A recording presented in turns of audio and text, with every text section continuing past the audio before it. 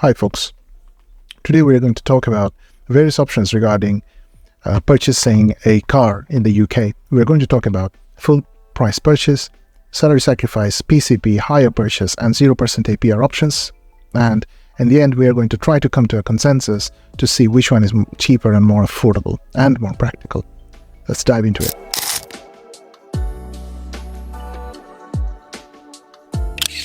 For reference, I've used Lexus CT200H, which I use at the moment. So let's dive into the full price option first. I bought this vehicle in October 2021. At that time, the full price was £21,700. If you think about the full price purchase option, then obviously there's no monthly cost to it. You own the vehicle outright, so £0 per month. Insurance cost me £1,253 in the first year, second year was £984. MOT first year I did not have to do because this vehicle was manufactured in 2020. For the first 3 years you don't have to do MOT. So my second year of ownership it came to £35. Vehicle tax first year was £145 and the second year it was £155. The total cost of purchasing and maintaining the vehicle, if you're considering full price purchase, would be £24,272. Insurance, tax, MOT costs per calendar month over 2 years was £107. Now the car valuation after 2 years was £15,453. This is the best offer that I could get when I was listing my car for sale. So the 2-year value was £8,819. Therefore, per calendar month value would be £367. If you consider the etc. costs, etc. meaning insurance, MOT and vehicle tax, it would come to £474. I will talk a little bit about opportunistic gain. So if you were to purchase this vehicle with full cash payment in 2021, using £21,700, then all the cash is invested into the car. All that money is invested into it. Therefore, you're not using this amount to do anything with it. Hypothetically, if you were to purchase the car using £13,000 and the rest of it, you put it on your credit card or you took out a loan at, let's say, 4%, 5%, whatever. If you had £8,000 to spare and you would invest it in an index fund such as S&P 500, the average return of S&P 500 over the past 5 years, if I'm not wrong, it has been around 8 to 10%. So let's say it was 8%. So for the rest of my calculations, I will label it as 8%. So you're not gaining anything. So the opportunistic gain is £0. Therefore, the per calendar month cost with full purchase would be £474. Now let's come to the salary sacrifice scheme. I will talk a little bit about salary sacrifice. How it works is your salary gets sacrificed essentially. So if you were earning £100 before and from your salary, let's say 20% get deducted in terms of national insurance, tax and pension. So your take-home salary would be £80. If you bought a car which costs you £50 per month, that means your salary is now deducted and it is now £50. But your deductions on top, which act on top of your salary, like those insurance, tax and pension, they are percentage based. So that's 20%.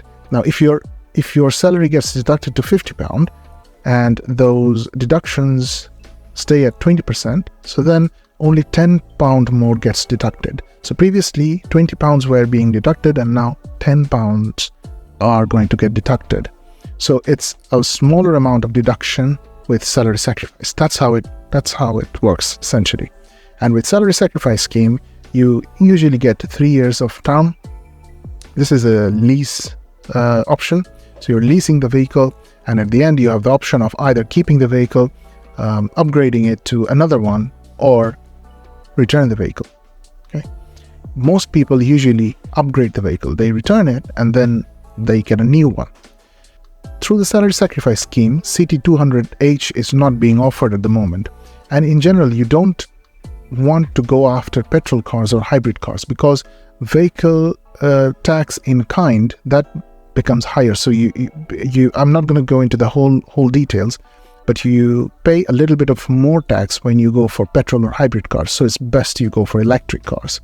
This is the closest electric car that I could find. This is an immediate upgrade to my car. So we will use this as a reference. Monthly cost would be around £325, and everything else is included. Insurance, MOT, vehicle tax, everything else is included in this context.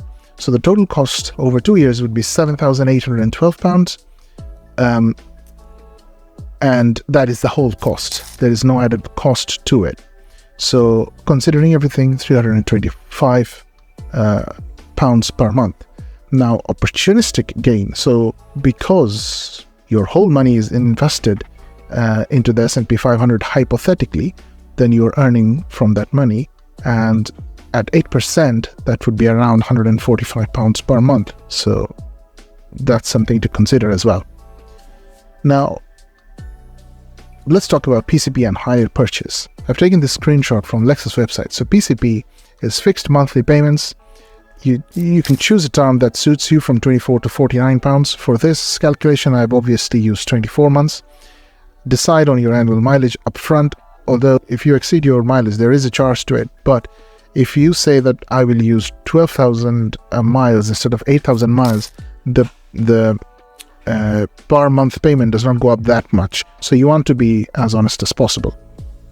Put down a deposit of 35% of the car. So in here, I've used £7,093, and enjoy flexible end of agreement options in terms of keep, upgrade, or return the car. Hire purchase. You purchase a vehicle and you pay the company back slowly but steadily. So at the end, the vehicle becomes yours. Hire purchase, fixed monthly payments, choose a term. No need to decide on annual mileage because the vehicle is essentially yours. Put down a deposit of up to 95% and no large final payment at the end of your finance agreement because the car is essentially yours. Own the car at the end of your finance agreement. So this car that I've used for my calculation, this is the best match to my vehicle that I could find on May 2024. So therefore I used that reference. Now, in both cases, I have assumed £7,093 deposit, and the opportunistic gain as a result is the same. With PCP, the monthly cost was £148, and insurance, MOT, vehicle tax I've kept it the same, which comes to a total cost of £22,307. So car valuation after 2 years, this comes from the guaranteed future value. If you buy a vehicle through Lexus website, they will give you a guaranteed future value, which you need to pay if you want to keep the car. So essentially, I've used that as the value of the car after 2 years. So if we consider that, that's £11,790. And 2-year car value would be around £10,500. So per calendar month, it would come to £438. If you consider the etc. values in there, it would come to £545. Opportunistic gain is £97. Of course, as we told before, with hire purchase, if we assume a deposit of £7,093 and a monthly cost of £597 to cover the whole cost, the total cost would be £21,420 with this particular vehicle. And the valuation I've kept the same, and 2-year car value would be £9,630, which brings per calendar month car value to £401, and in essence, considering everything, comes to £508 per month. And opportunistic gain is £97 in this case, because the subtracted amount from 21,700 is being invested, as we talked about before. Let's talk about 0% APR function. So let's say you have bought the car, and you've bought the car using £13,700, and rest £8,000 you put it on your credit card or credit cards, or both yours and your partner's credit card, or whatever arrangement. Let's say you've done that.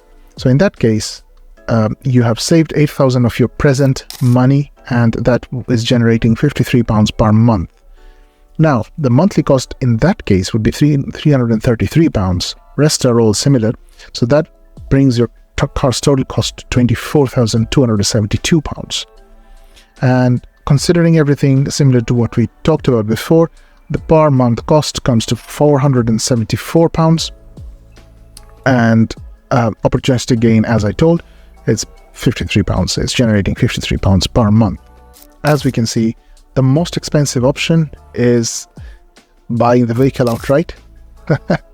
And next is £448, which is the PCP option. Comes a 0% APR version, then higher purchase, and by a mile, the best option is salary sacrifice. So there you have it, a discussion about essentially all the options that you could get from buying a new vehicle. This may not be the most accurate representation, but before you buy any vehicle, do your research, because it's going to be the biggest commitment for your financial life for that year. So you want to put some research into this. So do your own research, go out into the market, see the values of the cars, talk to the dealers about various options, see if you can secure a salary sacrifice option for a vehicle. See if you can afford a more expensive vehicle by going through the salary sacrifice route. Read the terms and conditions, and however, hopefully this video will shed some light into what is going on and what are the options out in the market. Let me know in the comments down below what do you think the caveats of each options are. Until next time, peace.